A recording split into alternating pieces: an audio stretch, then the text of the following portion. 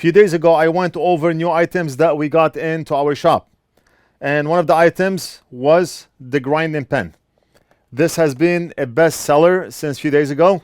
And I want to quickly review it and go over it to answer some of the questions that we've been getting via email on how this tool works. When you open the box, you're going to find the USB-C cable. This is a flat cable, high quality. You're going to get the tool, the grinding pen. You're going to get 7 bits or 7 heads. They are used for different purposes. I put them in a tiny Ziploc. And you're also going to get this hex tiny tool so you can tighten the screw when you insert the bit from here. If you log into our website, NorthridgeFix.com, click on shop, you will be able to find that grinding pen. The first image will show you 7 pens with 7 different heads. That's a factory image. If you move down to read more about the pen, you will see that this pen can be charged using the USB-C cable. What's nice about this is if the battery is dead, you can still use that pen by plugging in the cable. And that's an awesome feature. And here we have a tiny map to explain what this pen is about. You insert the head or the bit on the top here, you tighten the screw. Then you have the button here, and you can cycle between 3 different speeds. Press it once, speed 1. Press it twice, speed 2, speed 3, and then off. And then you have some indicators about the speed that you are currently at or the pressure, so on and so forth. And the pen features temperature protection, overpressure protection. If you press hard on the pen, let's say we are trying to drill a very thick board or a very thick object. If you put a lot of pressure, the pen is going to stop, so it can prevent damage to the motor. You have overcurrent protection, and then you have charge and discharge protection. Of course, the pen is wireless, it's battery operated, but you can also use it while the cable is plugged in, the USB-C cable. You can use it to punch holes. Maybe we want to run a wire to back of the board. We can punch a hole through that motherboard and run the wire. Extremely handy. I'll demonstrate. And there's a bit to actually cut. I'll demonstrate also. I tried it and it's amazing. So we have 7 bits or 7 heads, whatever you want to call it. We have the polishing head, 8 millimeters. It's used to polish. It's not used to grind. It's not used to cut. It's not used to drill a hole, or whatever the case may be. It's used to polish. The first one, this big one, is used to polish. The second one is a fine grinding bit, 8 millimeters. And also this is not used to grind rough surfaces, but it's a fine grind. And then we have the carving and polishing, 0.6A, same thing, 0.8A, and a bigger one, 2.5A. And then we have the cutting bit, and you can see that sharp circular blade on the tip of the head.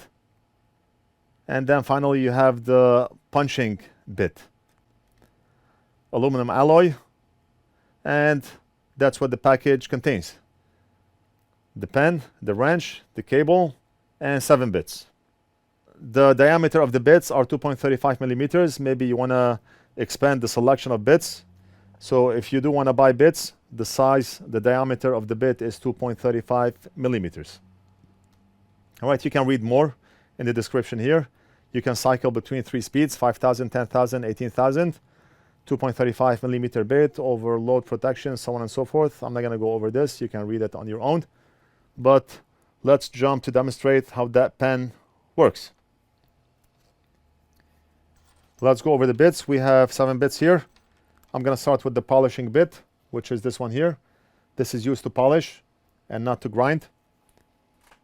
You have the fine grind bit, and this one is used to fine grind. You do not grind rough surfaces with this. It's fine grind. Then you have the cutting bit, which is this one here. And I already tried it. Amazing. Really amazing. We have the grind bit. I think this one is the 0.6 or 0.8 size. Let me compare, because we have 2 of them, different sizes. Yeah, this one is 0.6, this one is 0.8. One is finer. And then we have the bigger grinding bit, which is this one here. And then we have the punch bit, which is this one here. So without wasting any time, let's demonstrate and show you how each bit is used. We're probably not going to use the polishing bit right now. It's good if you want to polish, maybe you want to polish your ring, or you want to polish a stone, or whatever the case may be. We're not going to use it to polish a motherboard. Or maybe we can even polish scratches off a screen. Maybe I should try that to see if it's able to get rid of scratches, minor scratches. But for now, we can start with the grinding bit. And like I said, we have two fine ones, 0.6 and 0.8. Maybe we can use the 0.6 one. And I'm going to insert it right here, push down. It's already stiff, but we want to make it more secure by tightening that nut. Okay, good. The way this button works is if you press the button, we are at speed 1 right now. If I press it again, it goes off. It did not switch to speed 2 or speed 3. If you want to jump to speed 2, you have to press the button 1 time, 2 times. Now it's at speed 2. If I press it now, it's off. If I want to go to speed 3, we do not press and wait. Press 1 time, 2 times, 3 times, and now we are at maximum speed, speed 3. Press again, it's off. So let's go to speed number 3. 1, 2, 3. We are at maximum speed right now, and the bit is spinning. Let's go under the microscope so I can demonstrate how the grinding bit works. It has a lot of uses, a lot of purposes. The way I would use it is, let's say I want to scratch the mask off a wire. I want to run a jumper wire, and I want to scratch the mask of this wire here. Usually I would use a tweezer to scratch that mask. That's the way I do it. If you look at my videos, that's the way I've always done it. Now, maybe we can put the pen on speed 1 and try to scratch the mask of that wire.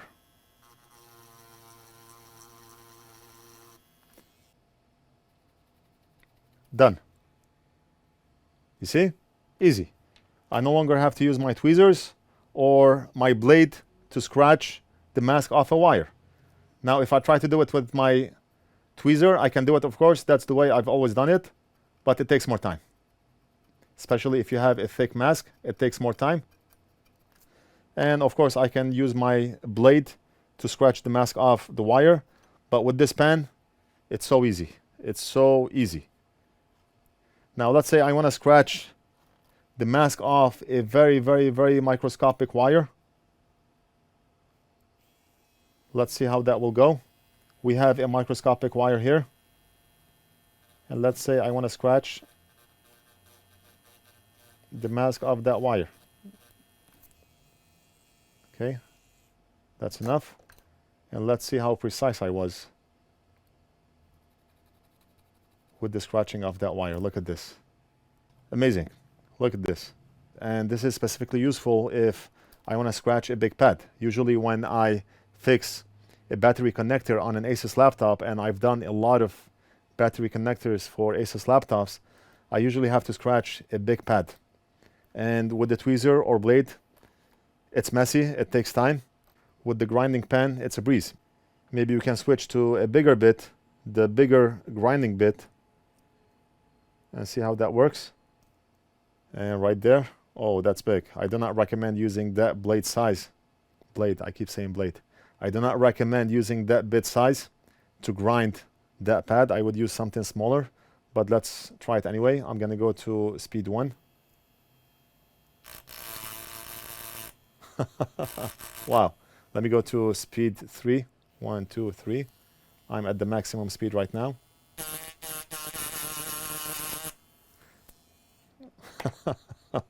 Wow. I mean, this tiny pen has a lot of power. A lot of power. Let me remove that bit. All right, so I put back the 0.6A grinding bit right here. And another reason for that bit is if you want to drill through a chip. Why would you drill through a chip? I'll tell you why. Let's locate a chip. Let's say we are looking at this BIOS chip. One time we got a hard drive that had a BIOS chip with a broken leg. And that hard drive will not work until that leg is soldered onto the pad. We cannot read the firmware from the chip to program it to another chip because of that broken leg, and the customer cannot read his files because of that broken leg. What should we do? What we do is we grind that part of the chip until we get to that leg from the inside. Then we can solder a wire from that piece inside onto the pad. Let me show you how it's done. Maybe we'll go to speed 3 on the pen. And let's say we have a broken leg here and we want to expose the piece that's left from the inside.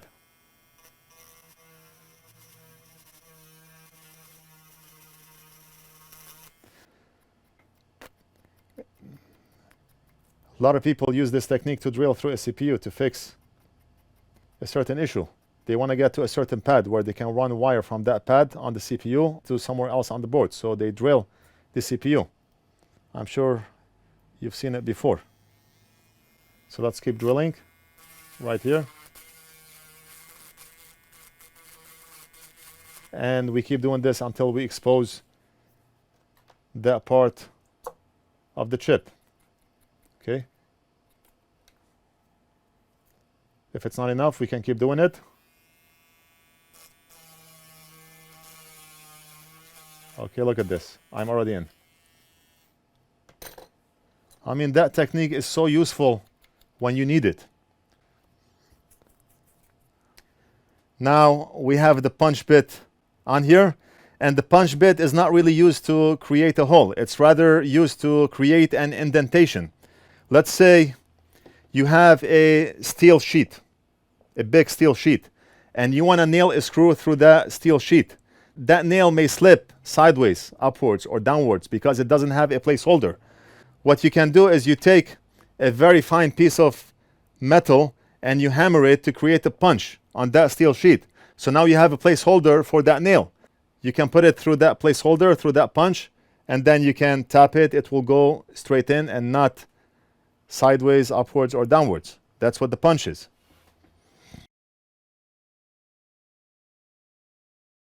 And now I have the cutting bit on here. Let's go to full speed and try to cut something. When would you use a cutting bit? I'll leave that up to you. There are 101 reasons why you may need to cut something. Let's say we want to cut. I do not want to lose any one of those connectors because I may need them for a future repair. I don't know. Let's cut something. Okay. It's all right. Let's try to cut this. And look at this. Wow. Maybe I want to cut that piece off because I want to expose the pin inside. Done. Wow. Wow. And can I cut through a capacitor? All right, let's see.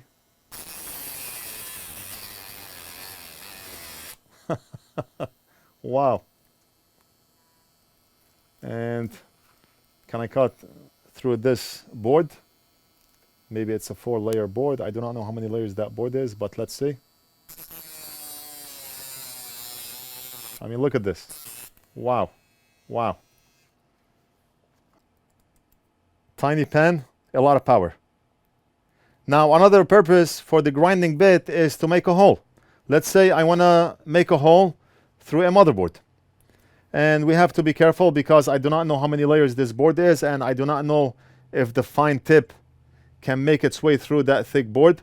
But I would use the fine tip for maybe a 2-layer board, and I would use the bigger grinding bit to punch a hole through a very thick board. Maybe we can get a 2-layer board right here. I have a Benz board here, and we're going to use the 0.6 or 0.8 bit. I forgot which one this is. I'm not going to be able to place the grinding pen under the microscope to drill vertically like this. We do not have enough room, so maybe I can demonstrate like this. But also I do not want to go at an angle so we do not break the bit. We have to be straight, whether it's this way or that way. And let me go to the maximum speed. I pressed 3 times. And let's try to drill a hole through that Mercedes-Benz fob. Okay, I'm already through. Look at this. Wow. Right there. Like I said, do not use that fine bit to drill a hole through a very thick board. And do not go like this when drilling a hole, because you're going to end up breaking that bit. But let me switch over to the big grinding bit, and let's try to drill a hole through that thick board. Maybe I'm going to try to do it at an angle and see if it's possible. Let's see if we can drill at an angle. Wow. When you feel the bit is slowing down because of pressure, just loosen up and back down. And right now I'm trying to drill at an angle. I'm already in. Look at this. Look at how many layers that board is. Look at how many layers that board is. Wow. I mean, it's a small pen, tiny pen, but it's powerful. There's nothing that this pen cannot do. And you can always expand your collection of bits in the future. This is the 0.35 millimeter diameter bits. 7 already come with the package, but you can always buy more bits in the future. So that's it. I think I went over everything. And you can buy the pen off our site. Just log in to NorthridgeFix.com, click on shop, and you will find it there. And we're going to end the video right here. I hope you enjoyed it. Don't forget to like and subscribe. Leave a comment if you have any questions, and we'll do something else in the next video.